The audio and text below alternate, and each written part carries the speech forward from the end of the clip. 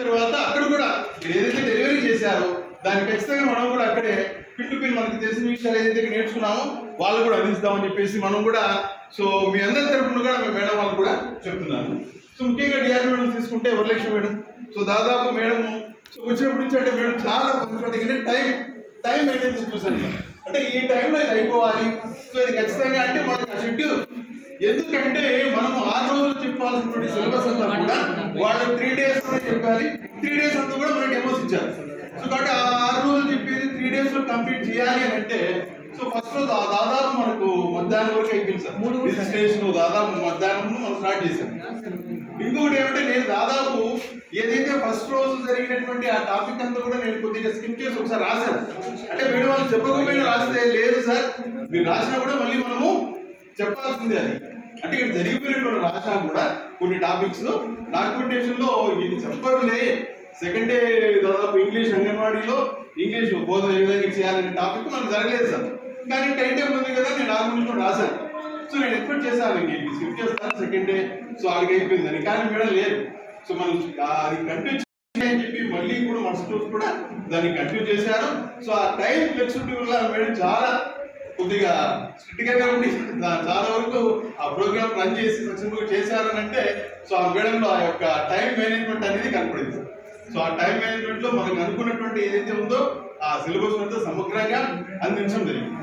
So దీనికి దాదాపు madam చాలా థ్యాంక్స్ చెప్తున్నాను సార్. సో అందరి తరఫున కూడా మేడం గారికి చాలా చక్కగా ఏ టాపిక్ అయినా సరే డెమోస్ లో ముఖ్యంగా ఇంకొకటి ఏదైతే నచ్చింది సార్, ఏదైతే మనం చెప్తున్నామో ఫ్రాక్ట్ టు ఫ్రాక్ట్ అంటే అనుకోండి ఎవరైనా అనుకుంటారని కాదు కానీ మనం తప్పులు కరెక్ట్ చెప్తున్నారు. ఎందుకంటే ఇక్కడ మనం తెలుసుకోకపోతే ఈ గ్రూప్ వాళ్ళు చేశారు సో ఇది తప్పు అని చెప్పకపోతే మనకు అక్కడ ఖచ్చితంగా మనం చేసినప్పుడు ఆ తప్పు చేస్తాము, అక్కడ వాళ్ళకి మనం కనిపించుకోవాల్సి వస్తుంది.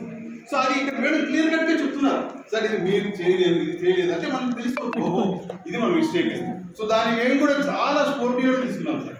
సో అందరం కూడా మేడం గారు అడుగుతున్నారు ఇంకా అంటే ఒక అయిపోయిన తర్వాత ఎక్కడ మిస్టేక్ చేస్తున్నాం డెమో ఇవ్వడంలో కానీ మనం చెప్పడంలో కానీ ఏదైనా మిస్టేక్ ఉందా. సో ప్రతి ఒక్కటి కూడా మేడం దాన్ని ప్రింట్ పాయింట్ ఇక్కడ మీరు ఇక్కడ తప్పు చేశారు సార్ ఇట్లా చేస్తే బాగుంటుంది అట్లా చేస్తే బాగుంటుంది అని చాలా క్లియర్గా మనకు చెప్పారు. సో దాంట్లో బాగా చెప్తే దాన్ని బాగా మెచ్చుకున్నారు, ఎక్కడ మిస్టేక్ ఉన్నా కూడా దాన్ని మనకి తెలియపరిచారు. సో దానికి thank you very much. Thank you so much sir. చాలా చాలా థ్యాంక్స్ మేడమ్స్. మీ నుంచి ఒకరు సో లాస్ట్ ఇంకా హరిప్రియ మేడం గారికి వస్తే సో మేడం నాకు తెలిసి ఫస్ట్ టైం టీచింగ్ ఫీల్డ్ లో దాదాపు మేడం డిపార్ట్మెంట్ లేదు. సో టీచింగ్ అంతా కూడా తెలిసి ఉండదు. సో కానీ దాదాపు మేడం కూడా ఎంతో ఎక్స్పీరియన్స్ ఉన్న వాళ్ళలాగా చాలా చక్కగా సో ఏ విషయం అయితే ఏ టాపిక్ ఉందో దాన్ని వివరంగా చెప్తూ వచ్చారు.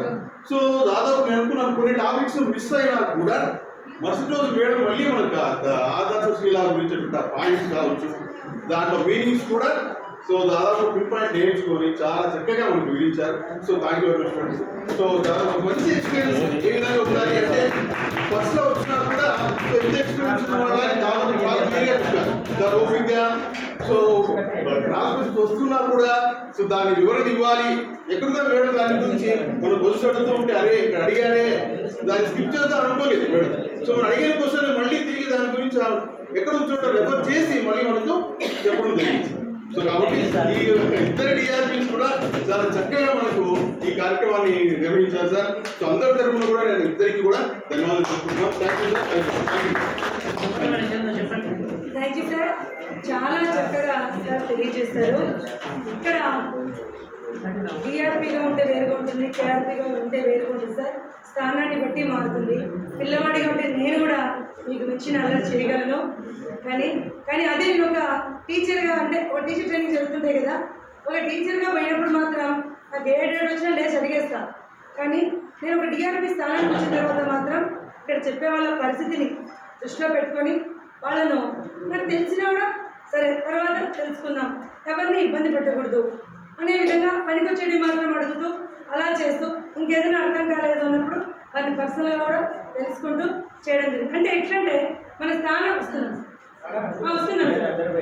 మన స్థానాన్ని మారే ఒక్క నిమిషం సార్ లేడీస్ ఒక్కగా ఒక నిమిషం సార్ మన స్థానం మారే బట్టి మన ప్రవర్తన కూడా మారాలి సార్. అక్కడ కూర్చున్నప్పుడు మీరు ఏం చేస్తే చెల్లుబాటు. ఇప్పుడు నేను చెల్లుబట్టుకుంటే ఏమంటారు సార్ కేఆర్పీకి అవసరం అంటారు. మీరు పట్టుకుంటే చేయకూడదు. మా అవసరం మేము మెసేజ్ పంపాలి, మా పీపీటీని చూసుకోవాలి సార్. కాబట్టి ఎవరం కూడా ఆ స్థానాన్ని బట్టి ప్రవర్తిస్తే ఎవ్వరికీ ఏ ఇబ్బంది ఉండదండి. మనల్ని ఏ స్థానంలో ఉంచాడో ఆ స్థానానికి నా వరకు 100% చేయడానికి ప్రయత్నిస్తాను. నేనైతే 100% ఇద్దరు పెట్టలేదు సార్. నాకున్న పనుల దృష్ట్యా నేను కొంచెం ఇబ్బంది పడ్డాను, అయినా 100% ఇవ్వడానికి ట్రై చేశాను. అయితే నాకు కోఆర్పీగా హరిపే రావడం నా అదృష్టం. ఎందుకంటే నా హెల్త్ సహకరించే వయసు పెరిగే కొద్దీ ఎవరికి కూడా సహకరించారు సార్. అటువంటిప్పుడు తను రావడం ఫస్ట్ టైం అయినా కూడా ప్రతి ఒక్కటి నాతో షేర్ చేసుకోవడము. ఎందుకంటే ఆమె కూడా నేను చెప్పాలి, నాతో మేడం ఏదైనా కానీ ఒకరి మధ్య ఒకరికి అండర్స్టాండింగ్ అనేది బాగుంటే ఏదైనా సక్సెస్ అవుతుంది సార్. సో చాలా బాగా జరిగింది. టైం అయిపోతుంది కాబట్టి లేడీస్ తరఫున ఒక్కరు మాట్లాడండి మా, అయిపోచేద్దాం. థ్యాంక్ యూ అందరికీ కూడా. మీ అందరికీ మేము మేడం ఒక మాట చెప్తారు, లేచి ఉండకూడదు. 2 months